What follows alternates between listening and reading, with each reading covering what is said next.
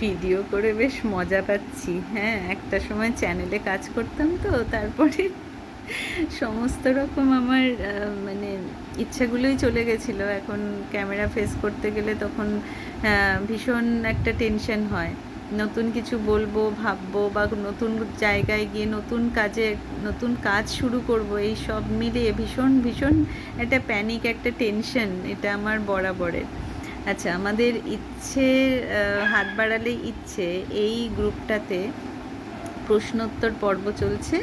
তো আমার খুব প্রিয় মানুষ গীতা, আমার ছোট বোনের মতন, তার কতগুলো প্রশ্নর উত্তর দেওয়ার চেষ্টা করছি নিজের মতন করে। হ্যাঁ, কোন ব্যক্তির প্রভাব তোমার জীবনে সর্বাধিক? এটা কিন্তু ডিপেন্ড করে, মানে আমার এক একটা ফেজে এক এক রকম। আমি এখন প্রেজেন্ট স্টেটে বলতে পারি যে সত্যি কথা বলতে কি, ইচ্ছে পরিবার, তাদের যে সারাদিনের বিভিন্ন রকম বিভিন্ন ক্ষেত্রের আলোচনা পর্যালোচনা, সেটা মানসিক, পারিপার্শ্বিক, সামাজিক, ব্যক্তিগত স্তরে, সমস্ত স্তরের যে সারাদিনের আলোচনা, তার যে একটা আউটকাম, সেটা ভীষণভাবে আমাকে প্রভাবিত করছে।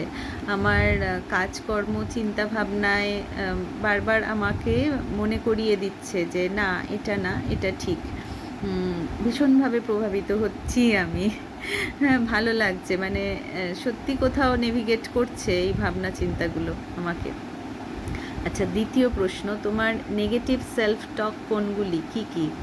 হ্যাঁ, নেগেটিভ সেলফ টক আমারও ডেফিনেটলি আছে। সেটা হচ্ছে ডিসএগ্রিমেন্ট নিজের সাথে, ডিসস্যাটিসফাইং নিজের সাথে।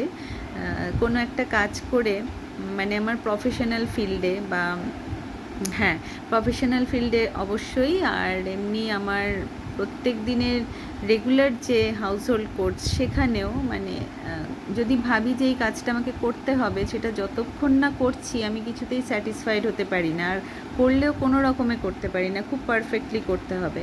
আর প্রত্যেক দিনে যে আমার প্রফেশনাল ফিল্ডে যে কাজকর্ম, কোনো দিনই আমি আজ পর্যন্ত স্যাটিসফাই